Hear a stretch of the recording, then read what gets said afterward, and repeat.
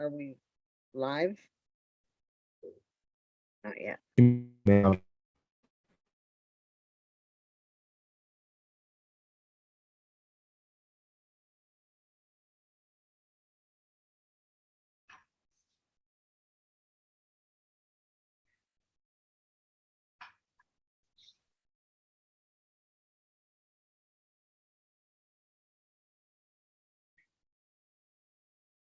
All right, may I now begin? Good morning and welcome. This is the Housing Opportunities Commission's Development and Finance Committee meeting of November 19. With me are the Chair Pro Tem Rick Nelson, Commissioner, and Jeffrey Merkowitz, Commissioner, and our Acting Executive Director Kareem Brown, and our development staff. The first item on our agenda this morning is the approval of our committee minutes of October 22. Is there a motion? So moved. Is there a second, please? I was absent at that meeting, so I'll abstain. I will second the minute motion then. All in favor indicate by saying aye. Aye. Aye. Thank you very much. From that, we move on to a really exciting opportunity that we've been working on, and one that I am particularly savoring, and that is the development at Heritage Emory Grove. And before us is the approval to sign a purchase agreement for the disposition of Emory Grove Village in Camp Hill Square, approval of the pre-development budget, and funding of pre-development expenditures for Heritage Emory Grove, and approval to draw on the PNC Bank NA's real estate line of credit to fund the pre-development experiences.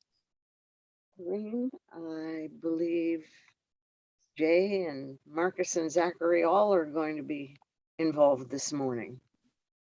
I'll leave it to you.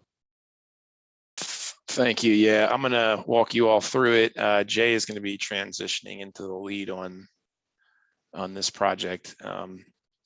So after today, it's his baby. Is it going to take 9 months? Is what going to take 9 months? Is it Oh, I got you. Yeah, I'm with you. You'd think I'm dealing with one right now. You'd think I'd have gotten that. Jeez. All right. So thank you very much. For the record, Zachary Marks, Chief Real Estate Officer. So this, what we wanted to do is a couple of things today. Given the developments, and not real estate developments, but given the progress we've made with the county on the greater picture here, we wanted to provide you sort of that update. There has already, through the executive director's notes, been, you've already been informed about the progress made and the enthusiastic support gained from the county executive, but we thought it'd be a good opportunity to sort of remind everyone of what this greater concept is. And then we have some specific requests. One is focused on really where we started many years ago with all this, which was what are we going to do with Emory Grove Village and Camp Hill Square. So it's both returning to the beginning and also talking about the future here. So on the first executive summary slide, which is either 3 or 13 in the overall packet. So starting with sort of the original impetus for all of this up here, when we began, the commission arrived at a decision for our Emory Grove Village and Camp Hill Square properties. Emory Grove Village was a former public housing property that was in poor condition and thus not a candidate for redevelopment like many of our other public housing properties were. So residents have not been at that property since about 2015. They were moved with their subsidy to the renovated townhomes of their choice scattered across. Really, they had opportunities across the entire county. For the most part, there were about 50 households at this property. They got to choose from 113 newly renovated HOC owned townhomes, and they went with their subsidies, so their rent structure, their rent relationship did not change as a part of that. And so the county, after that, the county gave us some CIP money to demolish Emory Grove Village, to ensure safety and security in this area. That demolition is going to begin in the next couple of months. And Camp Hill Square was really built around the same time and is in was in somewhat of the same condition, but was at least in a condition that it could continue to operate while we sort of got to this point. And so back in October 2020, so about a little over a year ago, the commission authorized an LOI for the disposition of these two properties. The key points were that the sale price was $2.5 million, under the condition that 30% of all units be at or below 60% AMI, that Habitat for Humanity be involved in the for sale portion. This is about, right now we're projecting about 140 total units, 60 rental, 80 for sale. And so, there'd be about 24 MPDUs under this for the for sale side for this scenario. Habitat would be delivering those. And because, they're so good at this, those units would range from 30% AMI to 60% AMI, and that the MPDUs be evenly distributed. So there's no favoring the rental or for sale side. Both sides equally have their 30% MPDUs. And that the exterior architecture of the for sale units be unified such that, and that the units themselves be distributed in a fashion that, there's not a Habitat portion of this for sale community and an NBR, part of this for sale community. So really the core reason for that it took us a year to come back for the PSA had nothing to do with the transaction side, the business side of this deal, but that the rental portion, which is that sort of western diamond that on our there, which is the rental portion, there is an issue in the R30 zone where basically townhomes and apartments are not treated the same in the same zone, and it's a relic of very old code. It's not hard to sort of figure out why they favored townhomes over apartments. And so it took us about a year to figure out the path to get the ZTA, the zoning text amendment, necessary to allow for a solution to this this zoning issue. And we think we're there. And so we didn't want to come back to you and tell you that let's sign a PSA and get rolling without having at least a clear plan on, on how we were going to solve this issue for the rental component of the property. The entire contract's contingent on getting this ZTA, so it's okay to proceed with the purchase and sale agreement, even though we haven't completed the zoning text amendment yet. But we at least wanted to know that we had a path before we came back to you and gave you the sense that this thing could move forward the way it's currently contemplated. And then the other sort of update here is that you all have been doing a lot of work recently around supporting the neighboring church, Emory Grove United Methodist Church, in helping them to complete their aggregation, which was really sort of the next, that was sort of the next chapter to this story. And in our conversations with them, we learned of the wider history of this area, which led us to the overall Heritage Emory Grove concept. So we can flip to the next slide, and I'll start to pick up the pace here.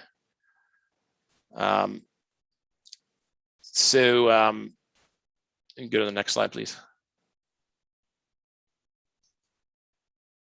Thank you very much. And so this is the wider concept, which of course, these are the remnant properties of a 300-acre historic Emory Grove. These are approximately 40 to 50 acres owned by either the church, HOC, or owned by the church, HOC, and many of these properties are owned by the county. There's one owned by Park and Planning Commission. And so we recently met with the county executive to present to him this idea, because it is he who must initiate any county land, the disposition of any county land. And so without his buy-in, the balance of this, this bigger idea could go nowhere. But we were fortunate in that he very clearly saw the positives, not only for housing, but also, as importantly, what this could do around reconciling with the history of what's happened to the historic Emory Grove community. And so one of the directions he gave his staff in initiating the disposition of these parcels was he asked DGS, to Department of General Services, to really begin the sort of staff end of getting that process of disposition, that transfer to HOC going. And so right now what we're requesting is a small feasibility funding, just to be able to sort of go back and forth with them as we sort of shape the nature of the transfer. We want to make sure that we really understand the scope of the broader HOC's broader involvement here. One of the things we've tried to make clear in the packet is that HOC is really just acting as a steward for these properties. Our primary idea here is that HOC is really acting on behalf of the county to to refine this concept, to help make sure that the community outreach is robust, and that the ultimate plan is really teed up for third-party pursuit of development. And so if we can flip to the next slide. Yes, Mr. Simon. Could you increase the size of these slides for the benefit of people watching? It's very hard for them to see what we're talking about. Yeah, who's controlling the slide deck? Is there a presentation view?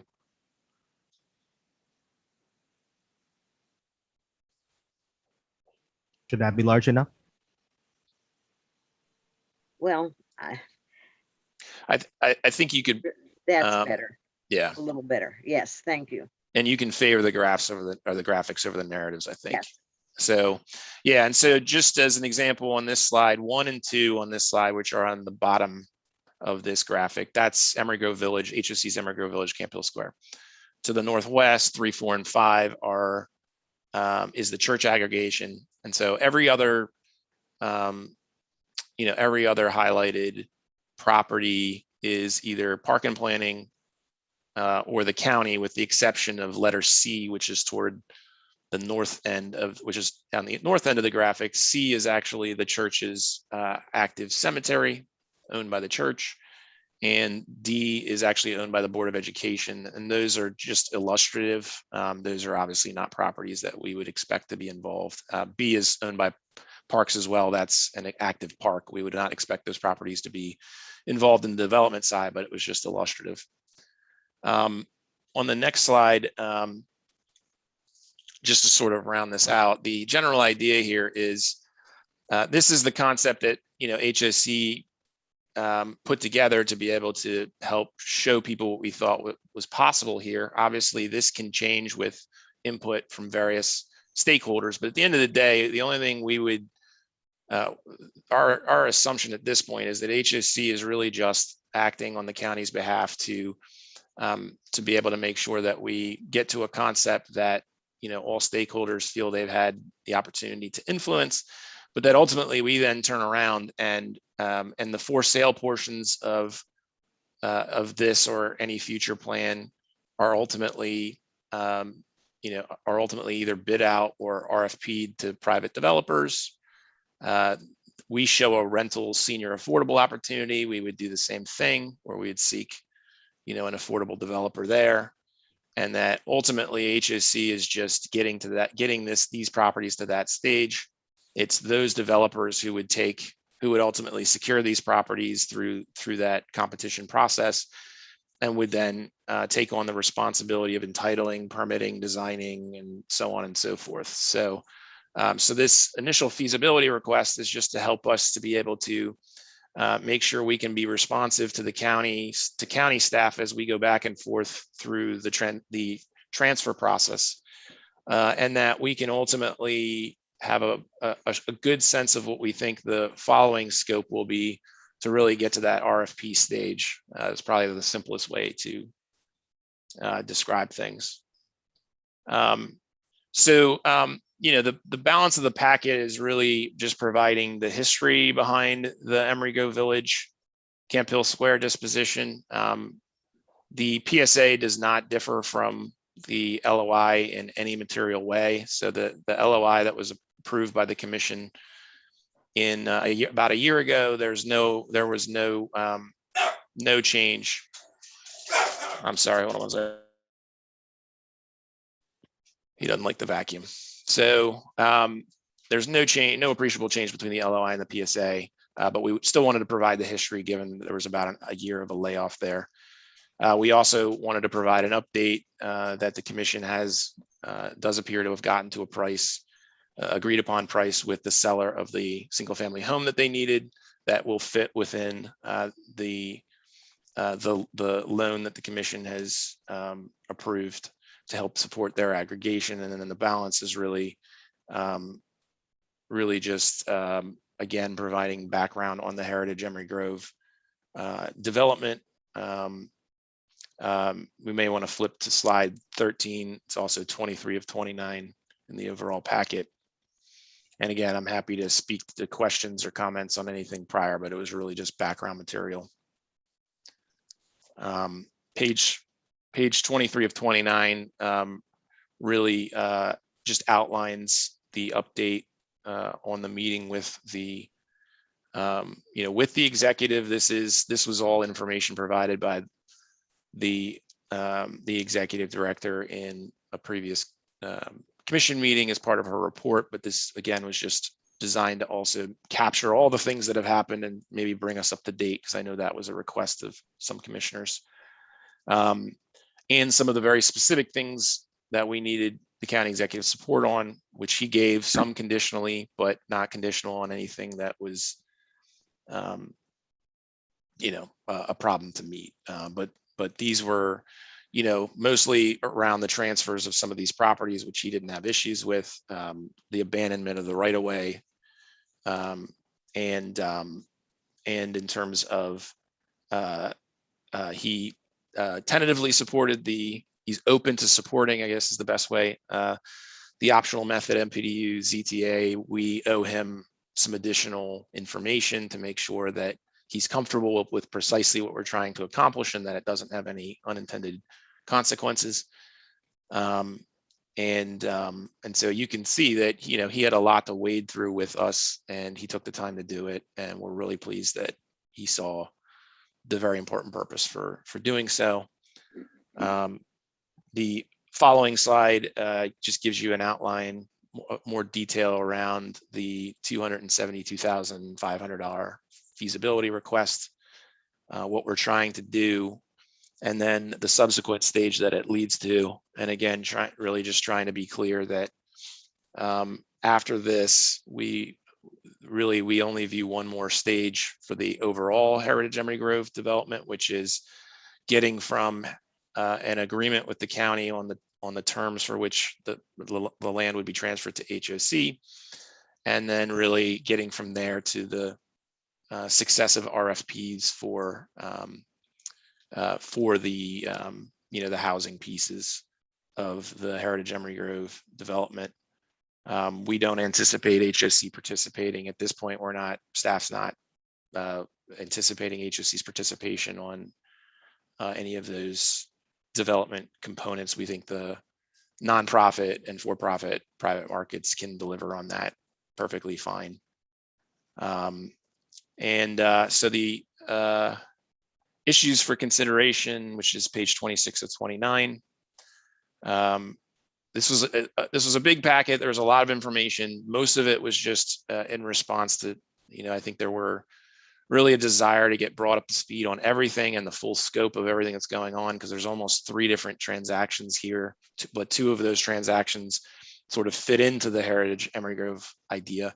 But there really are sort of three different things going on at once here. So we certainly understood the need to catch everybody up on everything. But the actual requests are targeted. So one is staff is recommending that we move to the PSA stage of the disposition of Emory Grove Village and Camp Hill Square. As I mentioned, there are no material changes to what the commission approved a year or so ago. We're looking for that feasibility money so that we can navigate the next 4 to 6 months with DGS in the county to get to the end of that disposition process. We'll come back to you at that point and show you what we'll be able to show you based on the due diligence that we are able to perform with the feasibility money. We'll then be able to come back with a very finite scope to getting to the RFP stage and what the community outreach will look like, things like that. And then an approval to draw on the RELOC to fund those feasibility activities. If there are any questions, happy to go back through the various slides, but that's those are our specific recommendations and requests of the committee today. Jeffrey, have you any questions?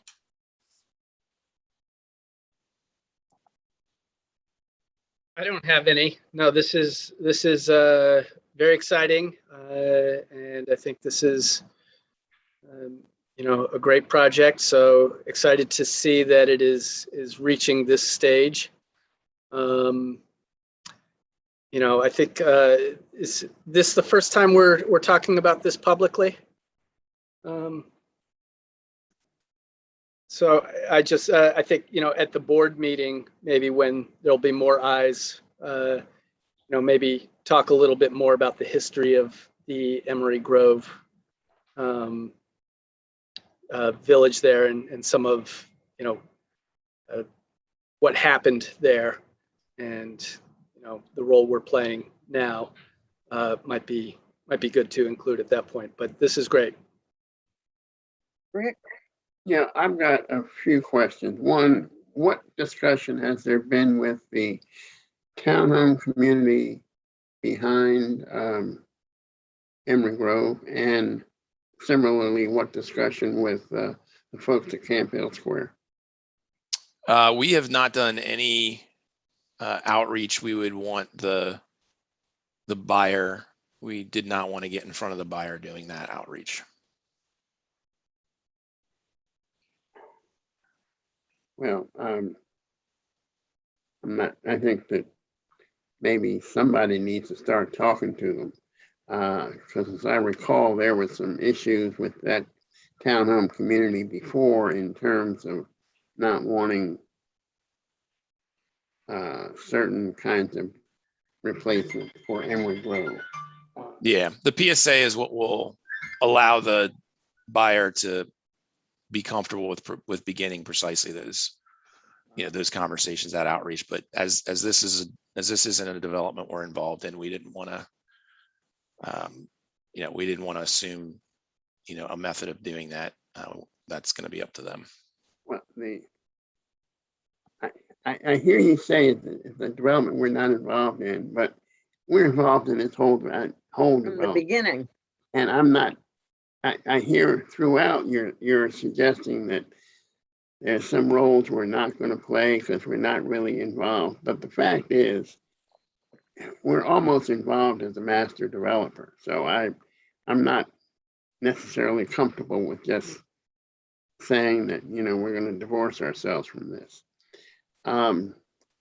Another related question, I guess. The people in Camp Hill Square, is there any discussion about their ability to come back into the community? Yeah, it's one of the reasons we took a year to really try to figure out the ZTA path, because we are trying to ensure that this rental component can be delivered. I think the primary reason, I believe the commission's primary reason for wanting a rental component was precisely so that if there are families at Camp Hill Square who want to, return to the rental component there, That's, will be on, technically be on the Emory Grove Village side, but that's its purpose. So yeah, that's precisely, the goal, the primary goal of trying to keep this rental property in the deal.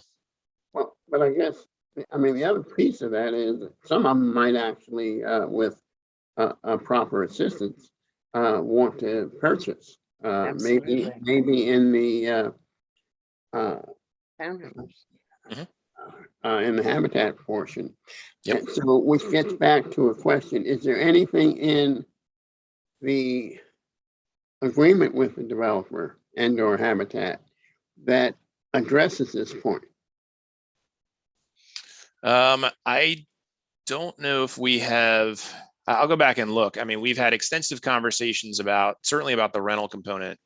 We designed the unit mix. We designed the MPDUs are all in the 2 bedrooms for the rental component, precisely because we wanted to make sure that anybody it matched, it matched to serve, the Camp Hill Square households. So I can go back and double check exactly how that got memorialized in the PSA. If you'd like that to be explicit, certainly it's something we can add. Well, I think it should be, and part of the reason for thinking that is one of the reasons we're here is because that kind of activity was not carried forward with the Emory Grove Urban Renewal Program. Yep. And there were a lot of people who were living in Emory Grove who might have wanted to come back to the community but didn't. And for us to just Yeah, we don't want to replicate that error. That's terrific point. absolutely. Yep. I mean, by the same token, suppose you had some people from Emory Grove who wanted to come back. Yeah. So, which is also a big priority, to the point that even Habitat themselves has spent the last bunch of months talking to the federal government and others to ensure that they could actually provide a preference to families that were originally displaced. So yeah, that's the other big priority here, is to give opportunities to those who were displaced originally in the 60s and 70s to come back. Obviously, we're trying to make sure the product type matches where those households are now. I mean, you're talking about the ones displaced in the 60s or 70s. I'm also thinking about the ones who were just displaced in the last few years, who were moved out of Emory Grove into other townhomes. Technically, we Right. should be offering them the opportunity to come back to that Okay. community. Yeah, I mean, we can certainly think about that. When we worked with those families at the time, we wanted to make sure that the choices they made at the time were put them in houses that they were going to be really happy and pleased with. But we certainly can follow up with those families and I hear offer that. them. I absolutely think that we have to follow up with them. Okay. And it's not just us in the history in Emory Grove, but the fact is that the HUD programs have received considerable comment and criticism because of just this fact that they have promised folks the ability to come back, and somehow the folks just disappeared. They never knew where they went. They couldn't contact them, and it didn't happen. Yeah, I mean, for Emory Grove think Village, that- we very purposely did not. We were very clear we did not want to offer that as an option, because back when this was happening in 14 and 15, we had no idea what Emory Grove Village was going to look like redeveloped. So we wanted to make sure we were satisfying people. I hear that, and I understand that we didn't make a commitment then, but there's nothing We can go back. Yep. to keep us from letting them know this is going to happen in case you've got some interest. We can absolutely do that. Rick, I think that's great. It would be great to present them that opportunity. I just want to make clear, I think, what happened originally in Emory Grove and what's happening now, and with the HOC's role is very different. So it's not, I don't think, I don't want to compare, when the residents of the HOC properties, you know, that had to be vacated at that time is for very different reasons than, you know, what happened originally.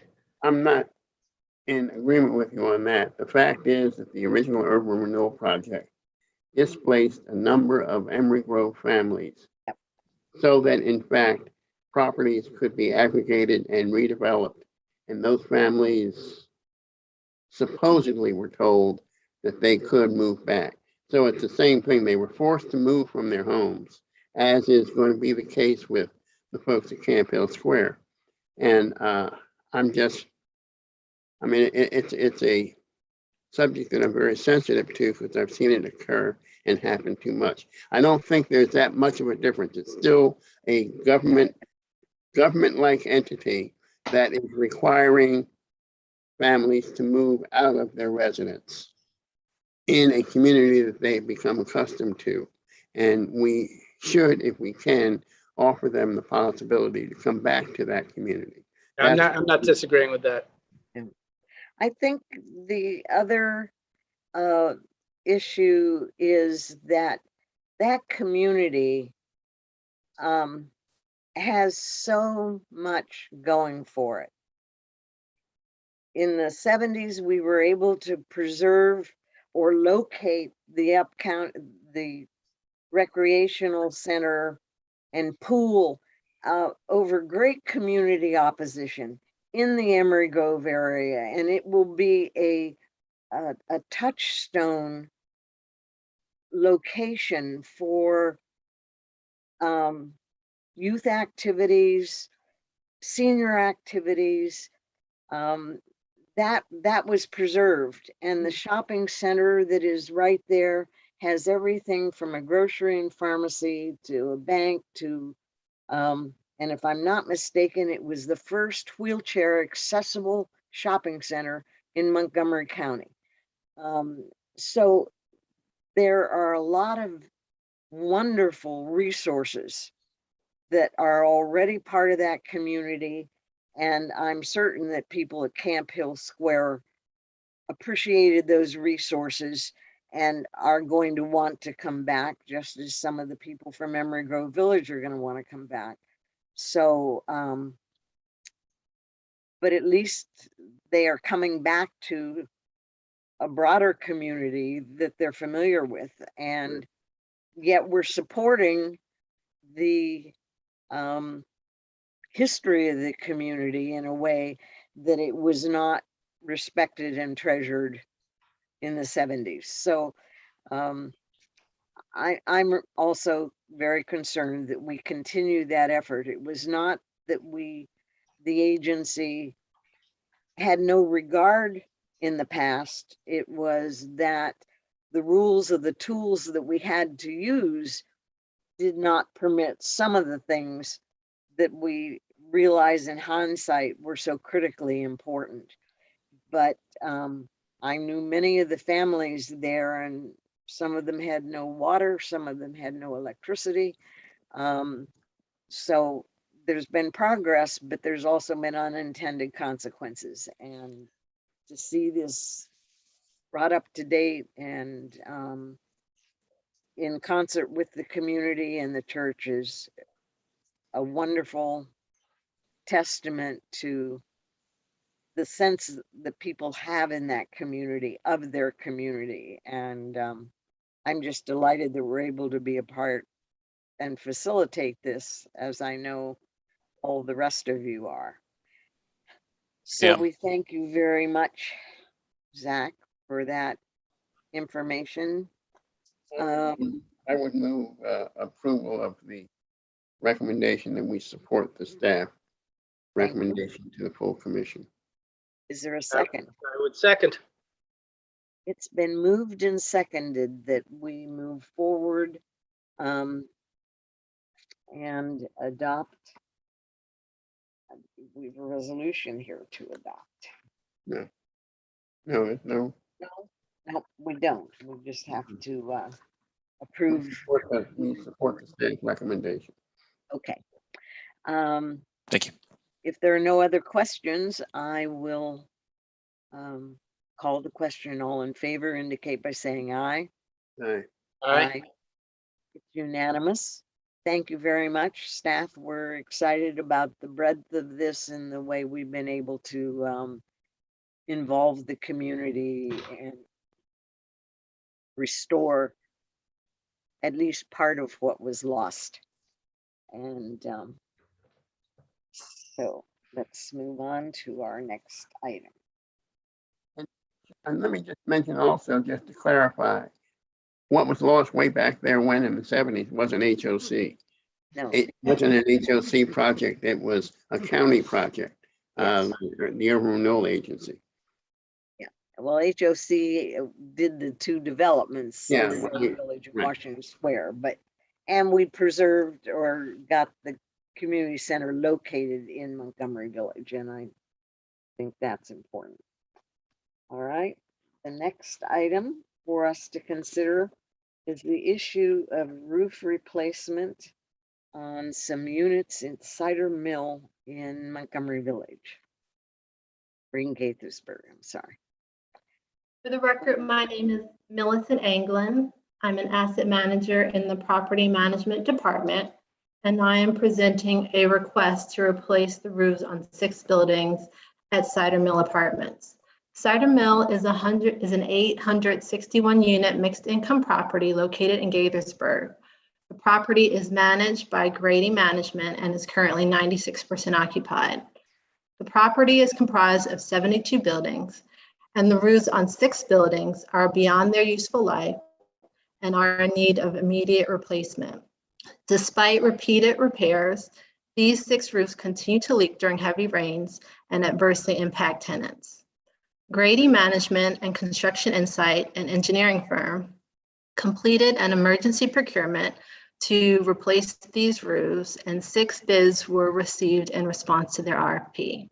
Of the 6 bids, only one contractor, Eastern Concrete Restoration, has immediate supply of the recommended scope of work, which is the TPO membrane. Eastern Concrete's bid is the 4th lowest of the bids received. The 3 lowest bidders, Function Enterprises, Culbertson Company of Virginia, and J&R Roofing, do not have immediate supply of the TPO membrane, and staff does not recommend delaying the roof replacement through the winter season when further rain and snow may result in further property damage. The capital project will result in a capital budget variance, as neither the scope of work nor pricing were available at the time the fiscal 22 budget was prepared. The budget office will include this amendment in the second quarter fiscal 22 capital budget amendment request to the commission. The source of funds for this capital improvement project is Cider Mill's replacement reserve account. Staff is recommending that the Development and Finance Committee join staff's recommendation to the commission to accept the bid from Eastern Concrete Restoration of approximately $145,000 to replace the 6 roofs at Cider Mill Apartments. That includes a 10% contingency and construction oversight by Construction Insight, the engineering firm, as well as to authorize Grady to execute the contract with Eastern Concrete Restoration for the 6 roofs. Do you have any questions? I have a question.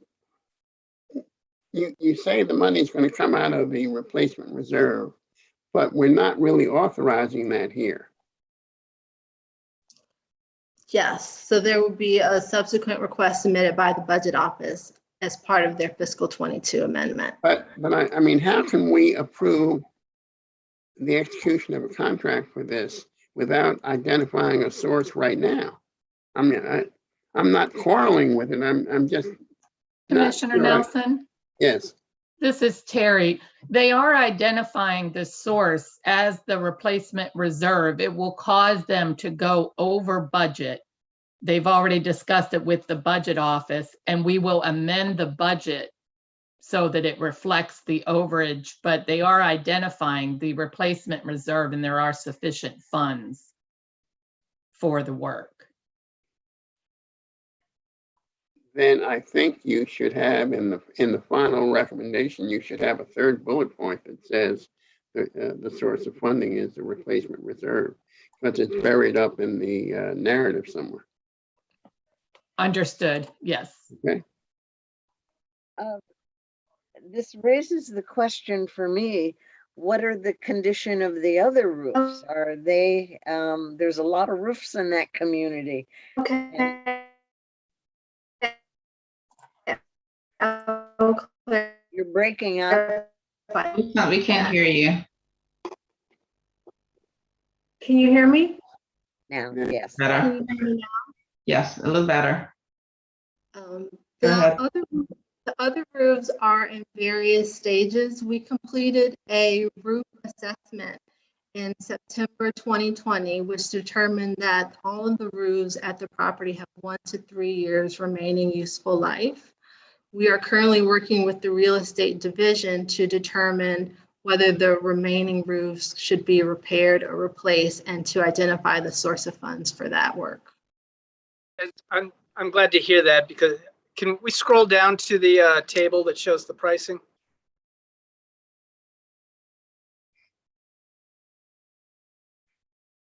Yeah, so I guess, my question is, I understand that we're in sort of unusual circumstances right now with supply chain issues, but I guess it kind of bothers me that we find ourselves in a situation that the roofs need immediate replacement, such that, we're paying, 300,000+ extra dollars, because we can't wait until the summer, rather than, making sure that these roofs are replaced, at a time where, if, such a cost differential, we could wait. I don't see that we have any choice to approve this at this point, or to move forward and with, because there's an immediate need, but I don't think we should be waiting until, the roof is about to collapse before moving on these. Yes, Commissioner Markowitz, this is Nathan Bovell. I'm the Chief Maintenance Officer for HOC. Part of what happened here is that we are only replacing the 6 roofs that are experiencing the most significant problems. These roofs deteriorated a bit quicker because we, just after we purchased the property, the HVAC systems were converted to roof-mounted HVAC systems, where there was a central plant on the roof prior to the purchase. The weight and the HVAC system sitting on these roofs accelerated the deterioration of the ballasted membrane roofs that are on existing on this property now. So it wasn't something that we foresaw. It's something where this was accelerated, and the reason we're putting this through as an emergency is because of the amount of experiences, the amount of problems we've experienced recently. And we're also about to enter the snow season, where we would have a significant amount of snow sitting on top of these roofs, which would complicate those during the winter. And we're exploring the process of trying to make additional repairs to the other roofs rather than having to do full replacements. And I'll just add, yeah, I mean, the real estate asset management maintenance, we're all working together to formulate a plan for the other 66 roofs that, basically maps out the remaining roofs, gives ourselves the lead time to competitively bid these things, and to also identify the financial solutions for these will eventually be necessary. I mean, frankly, a lot of them are necessary replacements at this point, so that we're not at this sort of crisis stage. So we'll certainly be. Like I said, formulating yeah, that plan. I'm glad to hear that advanced planning is happening. I'm curious, when did you say the HVAC systems were placed on the roof? 2000.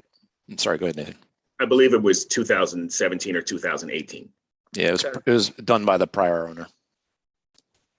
Well, So it was the prior, because I was going to ask, like, was there any analysis done at that time on, how these roofs would manage with those systems placed on top of them? Yeah. Yeah, so yeah, it was the prior owner that bought the property in 13. Sort of central to their thesis was this conversion from the central plant to these distributed systems, and whether or not they did assess, I don't know. I don't know whether they didn't do it, they were wrong, or whatever else. But obviously, we've got a good team internally. We can assess this issue, come back with a comprehensive solution, and because what we don't want to do, we put aside a significant reserve when we brought this property. We set aside, I think, more than $6 million in CapEx reserves, and we certainly don't want to wind up having spent all of that on roofs, because obviously there are other parts to the building. So, But I do worry about damage to possessions of our residents and the inconvenience and nuisance of others' buildings having leaks, just they aren't crisis leaks. Well, if you're living in a unit that's leaking, it's a crisis. And so I hope that we can resolve this quickly and prevent other buildings being impacted in quite the same way. Question I have is do we know that it's a supply chain versus a labor shortage issue, or is it a combination of both? yeah, we do not know which is this, whether it's supply chain or even manufacturing of these products or labor.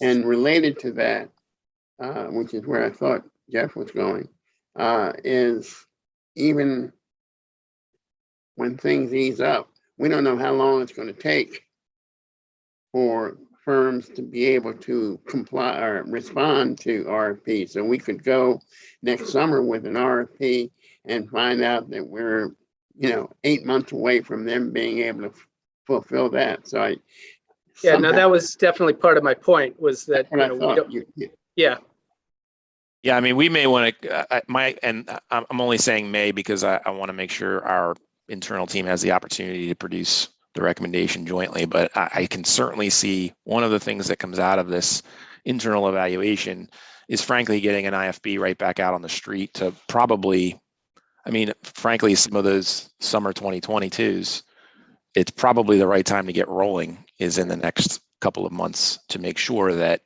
we're first on the list and we don't have that delivery issue. So I would just add that I've directed staff to make this a priority. This isn't something that we can wait for the next emergency on. We're going to be continually evaluating and discussing in the finance committee, so that all staff that are involved in decisions on this property and perhaps others are focused on addressing all capital needs so that we can respond timely.